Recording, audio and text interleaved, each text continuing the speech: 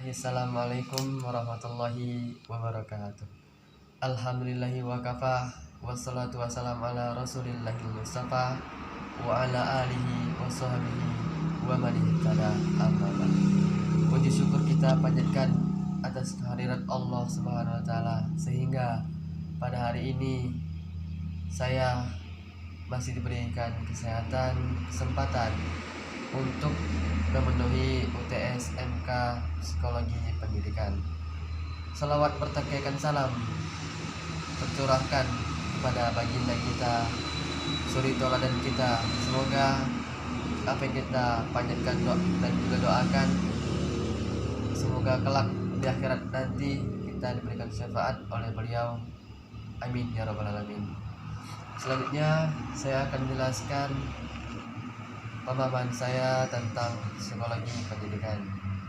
Materi yang pertama tentang definisi psikologi pendidikan dan ruang lingkup.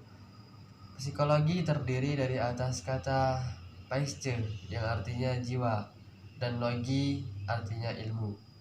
Psyche dapat diartikan sebagai prinsip hidup manusia dengan kesatuan hidup dalam dirinya dan disebut sebagai jiwa, di mana di dalam proses kesadaran dan ketidakkesadaran.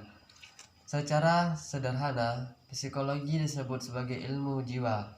Pengertian psikologi pendidikan adalah ilmu yang membahas segi-segi psikologi dalam pendidikan dan tingkah laku dan perbuatan manusia dalam berbagai situasi. Tujuan psikologi pendidikan adalah mempelajari, menganalisa, menerangkan, dan memimpin proses pendidikan sedemikian rupa sehingga mendapatkan suatu pendidikan yang efisien.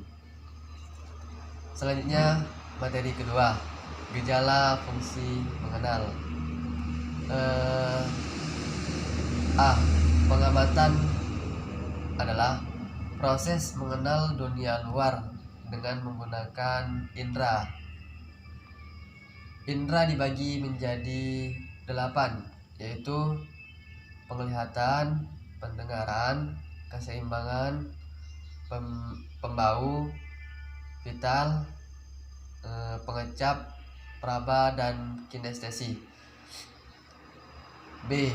Tanggapan adalah proses pengiring pengamatan yang tidak lagi dibatasi oleh ruang dan waktu dan tidak menjadi halangan bagi kita untuk membayangkan sesuatu. C. Fantasi adalah kemampuan jiwa untuk membentuk tanggapan-tanggapan atau bayangan-bayangan baru. Fantasi kemampuan jiwa secara sadar dan tidak sadar. Fantasi ada 3 cara, yaitu mengabstrak, mendeterminir, dan menghubungkan. D. Berpikir adalah aktivitas mental yang bertujuan untuk mengatasi atau memecahkan suatu masalah. Maka dari itu, kalau ada masalah, pasti manusia akan berpikir bagaimana jalan keluarnya dan terciptalah suatu kesimpulan dari masalah tersebut. Selanjutnya, materi ketiga. Gejala perasaan adalah kerohanian atau peristiwa kejiwaan yang dialami seorang, baik senang ataupun tidak senang. Rasa senang misalnya hati ketika seseorang laki-laki mencintai perempuan yang ia cintai, maka dari itu terciptalah suatu kebahagiaan. Terus kebahagiaan yang lainnya adalah ketika kita kuliah selama 4 tahun dan kita berproses dalam suatu perkuliahan dengan baik dan benar, kita mengikuti alurnya, kita belajar, kita berusaha untuk menjadi yang terbaik dalam perkuliahan dan juga orang tua, dan pada suatu saat kita sampai pada titik akhir di mana suatu perkuliahan berakhir dengan adanya wisuda. Maka dari itu adalah suatu kebahagiaan yang tidak tara bagi seorang mahasiswa karena dia menggapai apa yang dia cita-citakan dan membahagiakan kedua orang tuanya, sehingga dalam perkuliahan dia tidak ada apa tuh keluh kesah, tidak ada yang membuat dia hancur dalam proses-proses perkuliahan. Terus rasa tidak senang misalnya duka cita seperti wafatnya seseorang yang ia cintai. Itu adalah duka cita yang sangat mendalam ketika rasa tidak senang dalam diri kita dan lain sebagainya. Tingkat perasaan pada jasmani, hubungan dengan tubuh dan fungsi jasmani lainnya. Kedua, pada rohani ada 6 macam, yaitu perasaan keagamaan, perasaan keindahan, yang ketiga perasaan diri, perasaan intelek, perasaan kesusilaan, dan perasaan sosial. Selanjutnya saya akan menjelaskan materi keempat yang berjudul gejala campuran.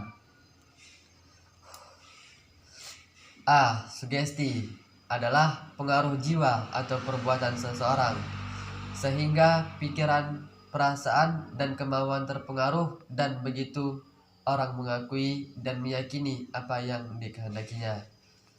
Cara-cara mensugesti yaitu membujuk, memuji, menakut-nakuti, dan menunjukkan kekurangan atau kelebihan. B. Perhatian adalah pemusatan atau konsentrasi dari seluruh aktivitas individu yang ditujukan kepada suatu objek. C. Kelelahan adalah suatu keadaan atau kondisi, baik kondisi jasmani maupun rohani, bukan suatu dorongan tertentu, tetapi kelelahan punya pengaruh besar terhadap kehidupan manusia, seperti halnya kita bekerja seharian. Bagaimanakah kita tidak lelah kalau dari pagi sesudah subuh kita sebagai laki-laki fitrahnya untuk bekerja dan fitrahnya sebagai pengemban dalam suatu keluarga. Maka dari itu laki-laki ketika dia bekerja dari pagi sampai sore pasti dia merasakan kelelahan pada dirinya. Dan yang terakhir, ingatan dan lupa. Hubungan pengalaman dengan masa yang telah lampau yang memerlukan kemampuan untuk kita mengingat kembali apa yang telah kita pelajari, apa yang telah kita alami pada masa-masa yang telah berlalu, seperti halnya belajar kita di masa SD, SMP, terus SMA, terus diulang lagi pada masa kuliah dan ditanya pada dosen tentang materi matematika misalnya. Dan pada materi itu kita disuruh mengingat kembali pelajaran-pelajaran yang telah berlalu pada masa kita sekolah sebelum perkuliahan. Maka dari itulah yang disebut dengan ingatan, yang bisa kita ingat kembali apa yang kita alami dan apa yang kita ingat pada masa lampau. Mungkin hanya itu yang dapat saya pahami dari materi psikologi pendidikan. Apabila ada kesalahan kata maupun ucapan, itu datangnya dari Allah.